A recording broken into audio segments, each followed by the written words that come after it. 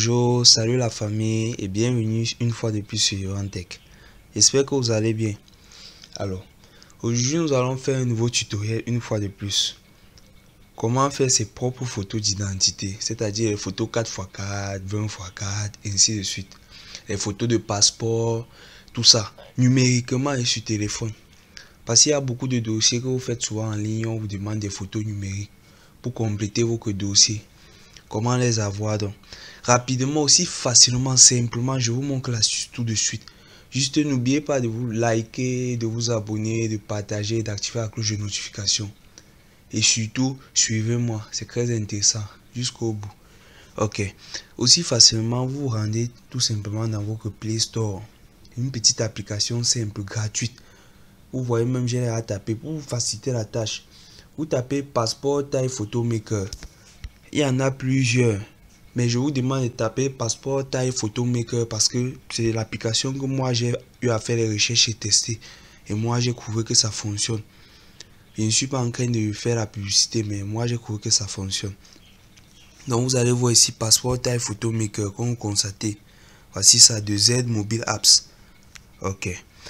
Ensuite donc, après avoir téléchargé l'application, vous entrez dans le logiciel.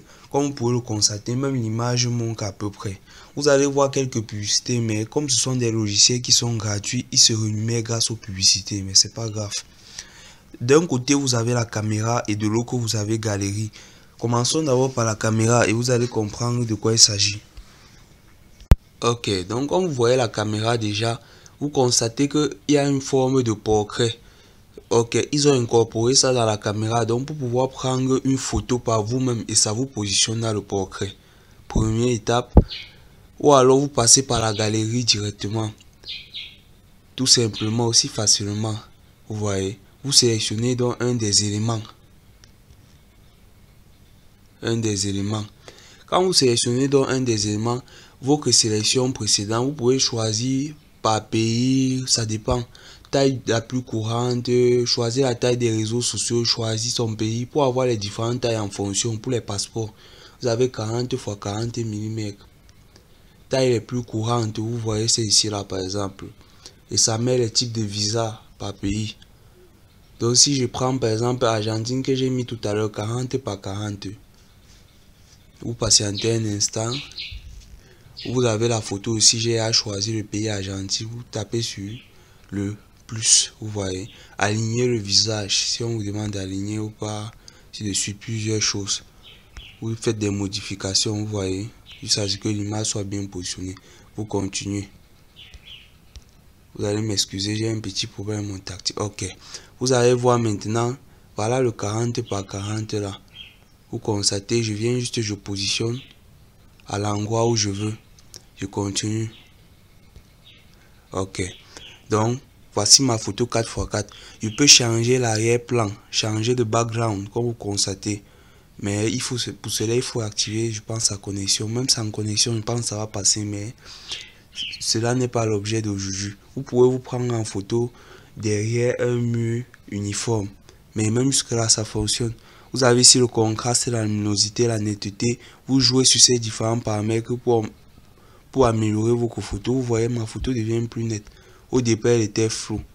Elle devient plus nette. Juste pour rendre votre photo meilleure avant de l'importer.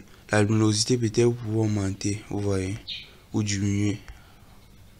Vous avez plusieurs paramètres. Balance des blancs, exposition, saturation, etc. Vous saturez la photo ou pas. La saturation, c'est beaucoup plus quand il y a les couleurs. Ensuite, vous tapez sur OK. Ajoutez une bordure si vous voulez. Vous pouvez ajouter une bordure. Dépend de vous. OK. Vous tapez sur valider juste en haut. Sauvegarde dans de l'image. Comme vous pouvez le constater. Ok, donc vous voyez par vous-même. Voilà donc mon image qui est finie. Et soit je peux lancer, imprimer, mais elle est à sauvegarder à l'intérieur de votre galerie. Aussi facilement. Ok, n'oubliez pas de vous liker, de vous abonner. Et j'ai plein de tutoriels sur ma chaîne. Et je continue constamment à faire des tutoriels. Minimum un tutoriel par semaine. Bon, quand j'ai un peu de temps, c'est parce que je suis aussi un peu occupé. Donc surtout partagez dans les réseaux sociaux pour faire grandir la communauté. Merci.